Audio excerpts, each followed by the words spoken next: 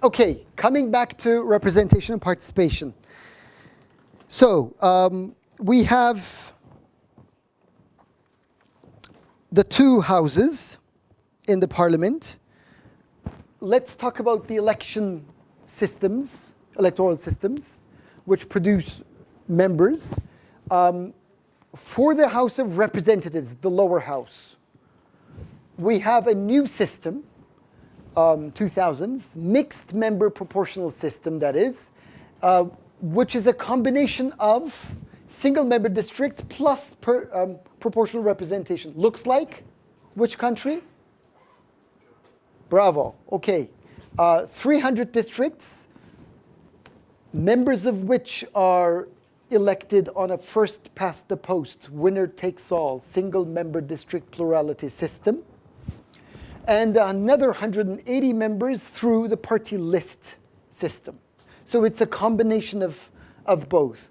Therefore, the voter or voters cast 2 votes for candidates in your running, in your district, and in basically the party you'll be voting for. The House of Councillors, it's a 2-track parallel system. 96 party list based on proportional representation.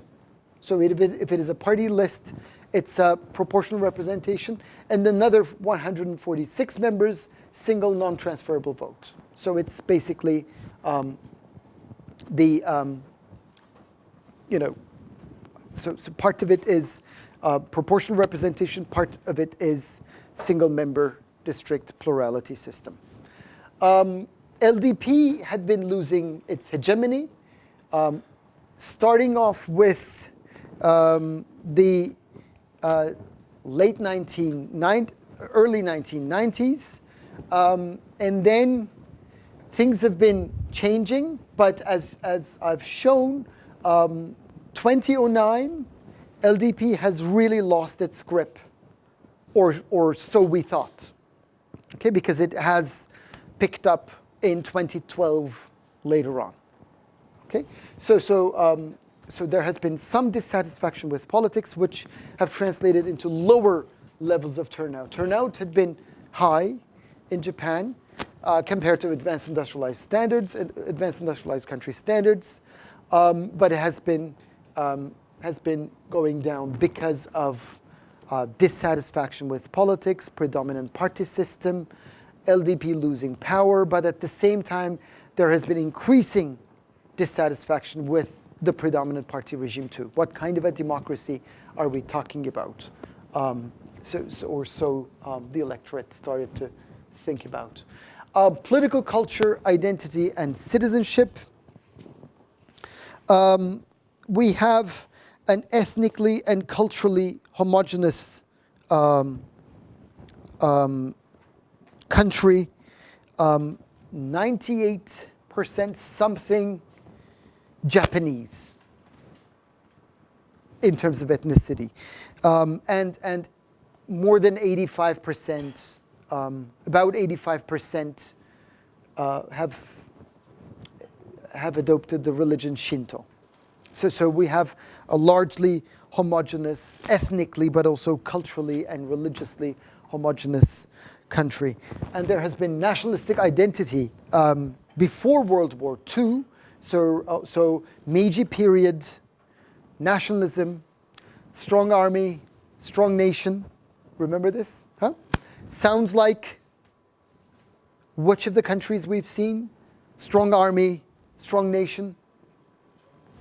Germany, okay? So pre-World War II, to nationalist identity or nationalistic identity, and they've attempted to colonize Asia, China, Sino-Japanese, Russo-Japanese wars, so both China and Russia. So late 19th century, early 20th century have seen wars between major powers in the region. Okay, so religion not so important. There has been a separation of state and religion. So religion is not a cleavage, is not a dividing line, it's not a fault line in Japanese politics anyway.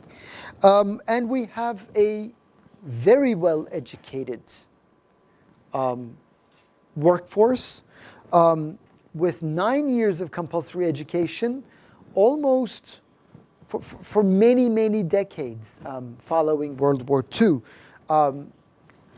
One way of cultivating national identity is through textbooks, nationwide or nationally used textbooks. Citizenship, civic education, but also nationalism, to basically to educate the workforce through national textbooks. So national textbook program had been an important stronghold in this respect. And if I am not wrong, Japan had been enjoying, the country had been enjoying the highest levels of circulation in newspapers. It is still true to this day, if I'm not wrong. So newspapers, people are interested in world affairs, people are interested in what's happening around them. But despite this, there has been turnout declining, and there is voter, in a way, not yet voter burnout, but dwindling figures in terms of participation in political life. Social movements and protests, rather than, please. Well, it's a known case in Japan that the needs, out of needs, and not educated, Mm-hmm. not in education. Oh, okay, yes. Uh-huh. So, you said that. Not in education, not in labor force, Yes. right? Mm-hmm. So, but you said that there are well educated workforce, but on that for like even 10 years, Mm-hmm. 5 years, Mm-hmm. there is a huge decrease on these workforce. So, So there is the expectation that Japan will have a larger share of its of the demographic category, neither in education nor in workforce. Is that what you've read? I haven't seen that. I wouldn't expect that, but let me look into it. I really don't know this situation. I would think that Japan would not be one of the countries in which we have a percentage of the demographics between age 15 and 24, neither in education nor in the labor force. I mean, Japan would not strike as one of the countries who would have high levels of, in terms of percentages, high shares of the workforce to me. I know the Turkish case. Does anybody know what this figure has been for the past 10 years or so? We have a youth bulge in the country. Those who are aged between 15 and 24. So it's been expanding, and it'll expand until 2023, the centennial of the Republic. But by about the end of the first decade of 21st century, the figure was about 30%. So 30-something percent was in education, 30-something percent was in the labor force, and another 30-something percent was nowhere in the books, neither in education nor in the workforce. So I wouldn't think Japan would be one of those countries, but let me look into that too. I'm now curious.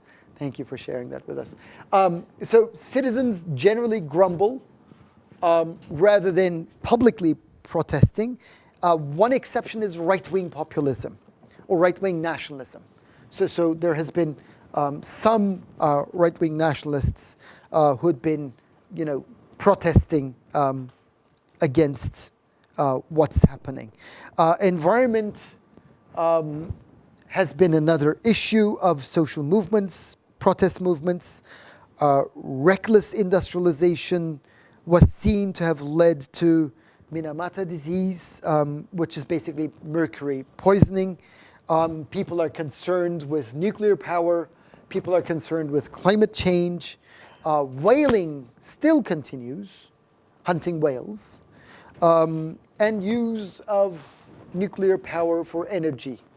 After even Fukushima, we still have, Japan is not building any new nuclear plants, but it has been an issue over the past more than 20 years, especially after Chernobyl, late 1980s, early 1990s. Former outcasts, they're forced to do work that was considered unclean. This is abolished, but prejudice continues. Prejudice persists against those lower ranks in the social stratification. So we can't really talk about equality and integration of the former outcasts in this deeply divided, socially stratified society. Women, there have been a post-World War II goal of emancipation, which is enfranchisement, suffrage, so right to vote, right to stand in elections. And there have been organizations to enhance the status of women in this particular period, but discrimination does persist. Gender-based discrimination still persists, and employment law, labor law, does not provide any specific penalties to fight against discrimination on the basis of gender. So women, discrimination against women, especially in the labor force, still persists even to this day, which is, again, kind of an awkward situation when you compare this country as an advanced industrialized country with good credentials with respect to its democracy and especially rule of law. Yes, there is a predominant party regime, but rule of law indicators for Japan are quite high. They rank among the highest in advanced industrialized societies. Ethnic minorities, the Ainu, the Aboriginals, which have a distinct language and culture, they were forced to abandon hunting. They fell into poverty, ignored by the government until the late 1990s. So there had been a problem with respect to that. That particular group, Okinawans, which were in a similar situation with the Ainu. Their identity had been weakened over time, so it presents a problem with respect to how Japan is governing diversity. And Koreans, some of them migrated, voluntary migration. Some of them, back in the 30s, forced migration. They were given citizenship if and when one of their parents was of Japanese origin, or they were. Japan had been, its citizenship regime had been based on jus sanguini. There are two regimes, citizenship regimes, jus soli and jus sanguini.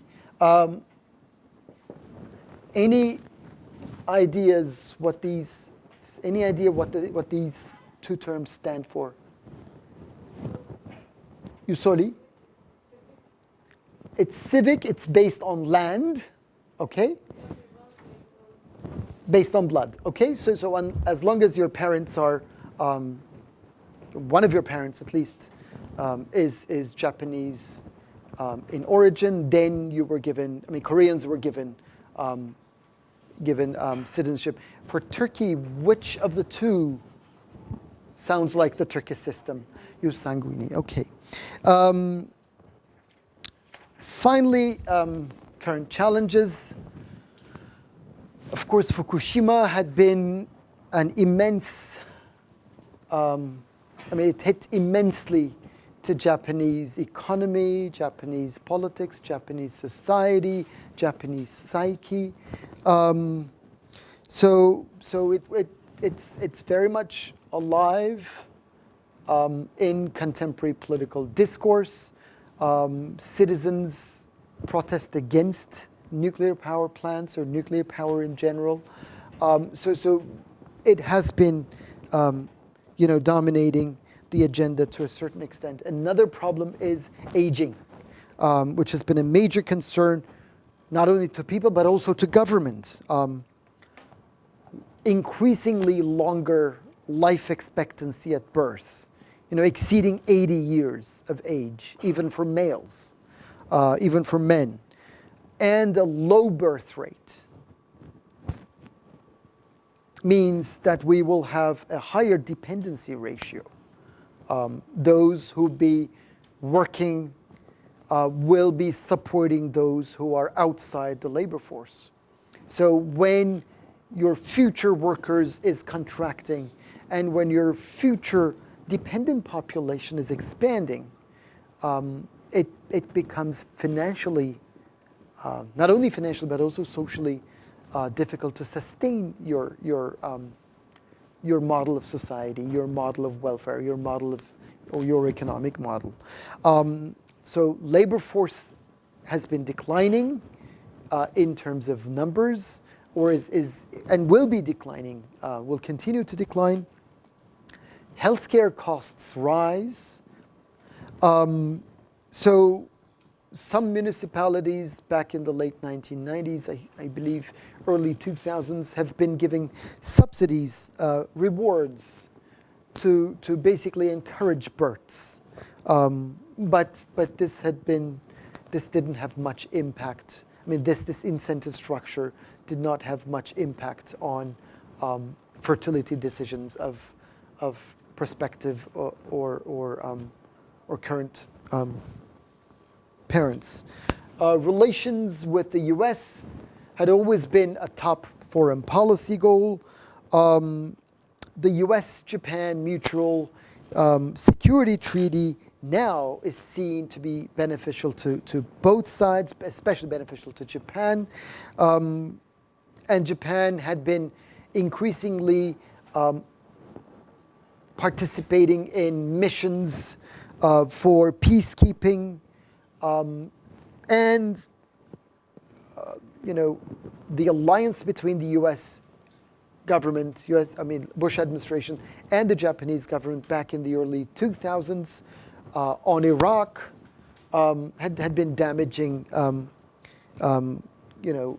these relations in a certain way. Cultivation of ties with East Asian neighbors, the relationships between Japan and East Asian neighbors had been improving, but there have been still tensions. But still, we still have, I believe, textbooks emphasizing Japanese culture, Japanese traditions in a more nationalistic ways, that we are different, we are better. So as long as those continue in the educational system, the ties, the relationships between Japan and her neighbors will continue to remain problematic. Decline of Japan's global economic power, competitiveness of Japan when I was growing up, 70s, 80s, Japan had always been number one. It's now ranking around, its rankings hover around 20 or so.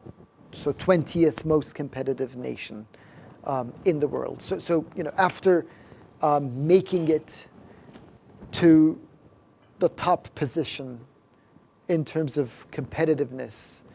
The Japanese economy, late 1980s, early 1990s, late 1990s, East Asian crisis, the first bubble, then the East Asian crisis, and the Great Recession, world financial crisis, late 2000s, 2007, 2008, 2009, has been really rocking the Japanese economy. So its competitiveness has been losing its previous economic wealth, economic power, and its competitive edge.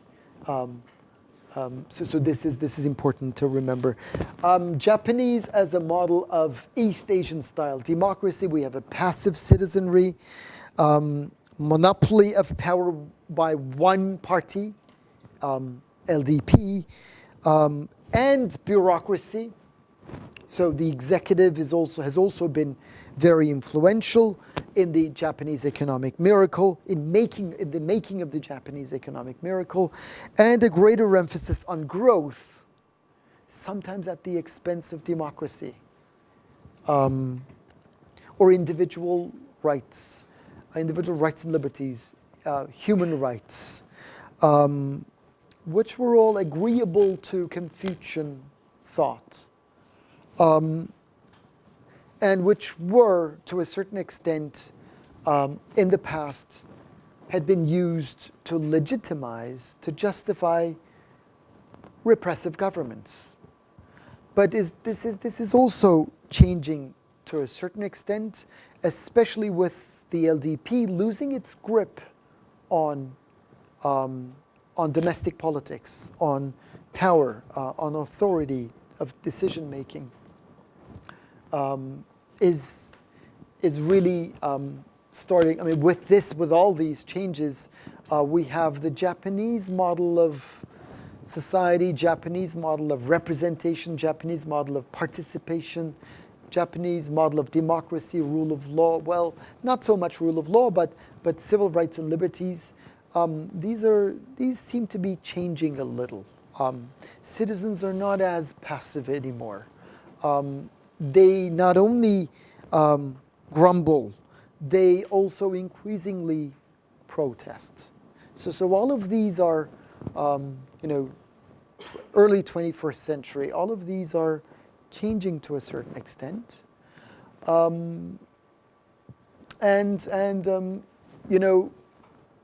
after decades of stability, political stability, economic stability, past 2 decades have been quite rough.